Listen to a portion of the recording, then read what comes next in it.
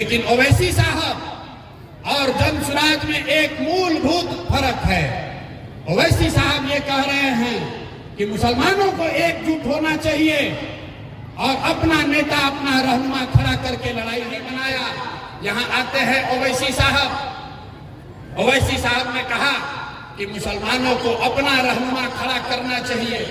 हम भी ये कह रहे हैं कि आपका रहनुमा कोई दूसरा नहीं हो सकता है, मुस्लिम कौम से ही कोई रहनुमा खड़ा होना चाहिए। पैगंबर साहब ने आपको बताई, आपने उसका भी ध्यान वही है, बच्चों के पढ़ाई की चिंता नहीं। आप कहते हैं कि हम उसको वोट देंगे जो भाजपा को हराए। आप तो तादाद के साथ जाना चाहते हैं, तादाद में अगर बातिल भी दिखता है, भाजपा को हराता हुआ दिखता है, तो आप तादाद के साथ क्या सिखाएंगे?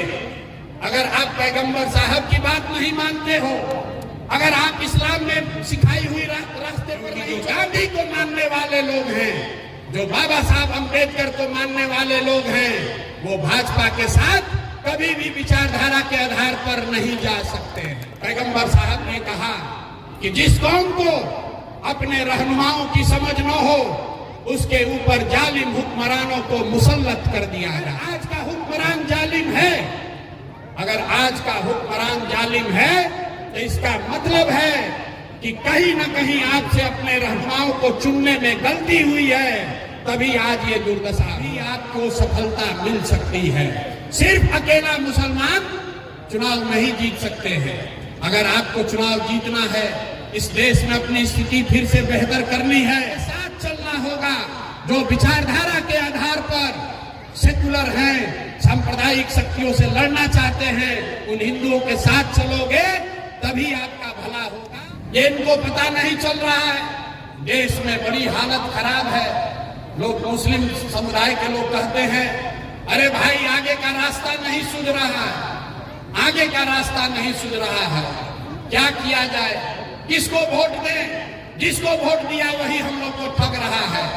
हम आपको बता रहे हैं कि आपकी ये दुर्दशा क्यों है, आपकी ये दुर्दशा क्यों है, ये आपको बताने आए हैं।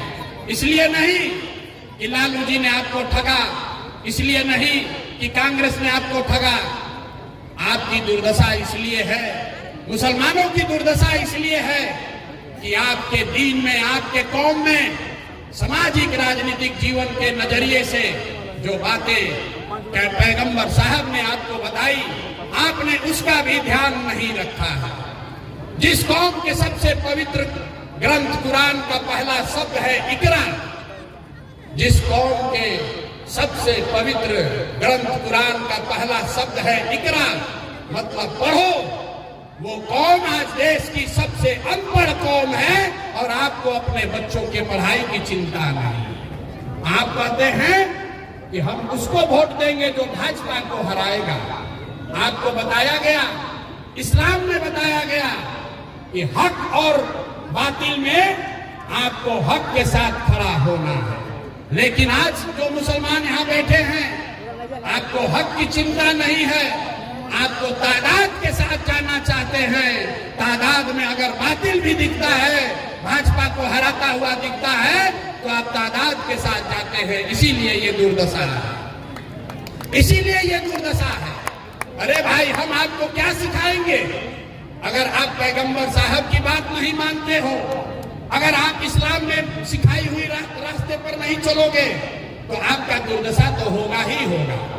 आप कह रहे हैं कि हमारा रहनुमा कौन होगा? पैगंबर साहब ने कहा कि जिस कौम को अपने रहनुमाओं की समझ न हो, उसके ऊपर जालिम हुक्मरानों को मुसल्लत कर दिया जाता है। तो अगर आज का हुक्मरान जालिम है, अगर आज का हुक्मरान जालिम है, तो इसका मतलब है कि कहीं न कहीं आपसे अपने रहनुमाओं को चुनने में गलती हुई है, तभी आज ये दुर्दशा हुआ है। ये हम नहीं कह रहे, ये बात पैगंबर साहब ने कही है कि जिस कौम को अपने रहनुमाओं की समझ न हो, उसके ऊपर जालिम हुक्मरानों को मुसल्लत कर दिया जाता है। और आज अगर आपकी ये दुर्दशा है, तो इसलिए है कि आपने हक का साथ छोड़ दिया, आपने तादाद की चिंता की, आपने सही लोगों को रहनुमा नहीं बनाया। यहाँ आते हैं ओवैसी साहब, ओवैसी साहब ने कहा कि मुसलमानों को अपना रहनुमा खड़ा करना चाहिए। हम भी ये कह रहे हैं कि आपका रहनुमा कोई दूसरा नहीं हो सकता है, मुस्लिम कौम से ही कोई रहनुमा खड़ा होना चाहिए। लेकिन ओवैसी साहब और जन स्वराज में एक मूलभूत फर्क है। ओवैसी साहब ये कह रहे हैं कि मुसलमानों को एकजुट होना चाहिए और अपना नेता, अपना रहनुमा खड़ा करके लड़ाई लड़नी चाहिए। जन स्वराज ये कह रहा है कि मुसलमानों को अब एक साथ खड़ा होना चाहिए, अपना रहनुमा चुनना चाहिए। लेकिन ये जो लोकतांत्रिक लड़ाई है वो अकेले नहीं, उन हिंदुओं के साथ लड़ना चाहिए जो विचारधारा के आधार पर आज भाजपा से लड़ने को तैयार है। इसीलिए जन स्वराज के झंडे में दो ही चित्र है, एक गांधी और एक बाबा साहब अम्बेडकर। क्योंकि जो गांधी को मानने वाले लोग हैं, जो बाबा साहब अम्बेडकर को मानने वाले लोग हैं, वो भाजपा के साथ कभी भी विचारधारा के आधार पर नहीं जा सकते हैं। तो अगर आप गांधी और अम्बेडकर के मानने वाले लोगों के साथ सामाजिक राजनीतिक गठजोड़ बनाएंगे तब भी आपको सफलता मिल सकती है। सिर्फ अकेला मुसलमान चुनाव नहीं जीत सकते हैं। अगर आपको चुनाव जीतना है, इस देश में अपनी स्थिति फिर से बेहतर करनी है, तो उन हिंदुओं के साथ चलना होगा जो विचारधारा के आधार पर सेकुलर हैं, सांप्रदायिक शक्तियों से लड़ना चाहते हैं। उन हिंदुओं के साथ चलोगे तभी आपका भला होगा। और वो हिंदू को पहचानने का एक ही उपाय है, जो भी गांधी और अम्बेडकर को मानने वाला हिंदू है वो सांप्रदायिक नहीं हो सकता है। यही सबसे बड़ी पहचान है। जब भी आपको लगे कि सारा हिंदू भाजपाई हो गया, तो एक आंकड़ा दे रहे हैं, याद रखिए, इस देश में 80% हिंदू रहते हैं। इस देश में 80% हिंदू रहता है और पूरे देश में भाजपा को 35% वोट मिला है। तो गणित का 5वां क्लास का विद्यार्थी भी बता देगा कि 80% हिंदुओं के इस देश में अगर भाजपा को 35% वोट मिला है, इसका मतलब है कि आधे से ज्यादा हिंदू आज भी भाजपा को वोट नहीं देते हैं। जरूरत इस बात की है कि उन हिंदुओं को पहचानिए, जाति के आधार पर नहीं, विचारधारा के आधार पर। जो हिंदू विचारधारा के आधार पर भाजपा से लड़ने को तैयार है, उसके साथ सामाजिक राजनीतिक गठजोड़ बनाइए, तभी आपका पलड़ा भारी होगा। क्योंकि आधा हिंदू और मुसलमान साथी अगर साथ मिल जाए तो आप होंगे 60% और भाजपा होगी 40%। यही तरीका, यही हथियार है भाजपा को हराने का, दूसरा कोई उपाय नहीं है। यही रास्ता बता रहे हैं। गांव-गांव जाके जन स्वराज में लोगों को एक ही चीज बता रहे हैं, एक बार जीवन में आप खड़े होइए और अपने बच्चों के पढ़ाई और रोजगार के लिए वोट दीजिए।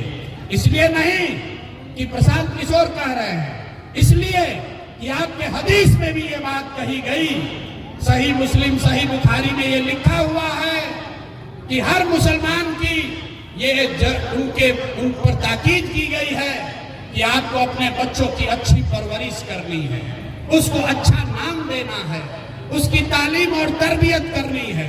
और आज आप अपने बच्चों की चिंता छोड़ के लालू नीतीश के चक्कर में पड़े हैं। कौन मोदी को हराएगा, कौन मोदी को जिताएगा? मेरे भाई, एक बार जो रास्ता इस्लाम में बताया गया है उसको पकड़िए, अपने बच्चों की चिंता कीजिए, आपकी जीत अपने आप हो, अपने आप हारेगी। यही रास्ता बताने आए हैं। ठीक लगे तो ये संकल्प लेकर जाइए, किसी से डरिए मत, डरिए मत। जो मुसलमान कहता है कि हम अल्लाह को छोड़कर किसी से नहीं डरते हैं, और आपको भाजपा का डर इतना लगता है कि किसी ने भाजपा का नाम लिया और डर के मारे आप उसको वोट दे दिए। तो मेरे भाई, अगर आप अल्लाह को छोड़कर किसी से नहीं डरते हैं तो आपको भाजपा से भी डरने का जरूरत नहीं है। अपने दम पर खड़ा होइए, अपने बच्चों की चिंता कीजिए, अपने बच्चों के पढ़ाई रोजगार की चिंता कीजिए। लोग वोट क्यों देता है? लोग वोट 3 वजह से देते हैं। लोग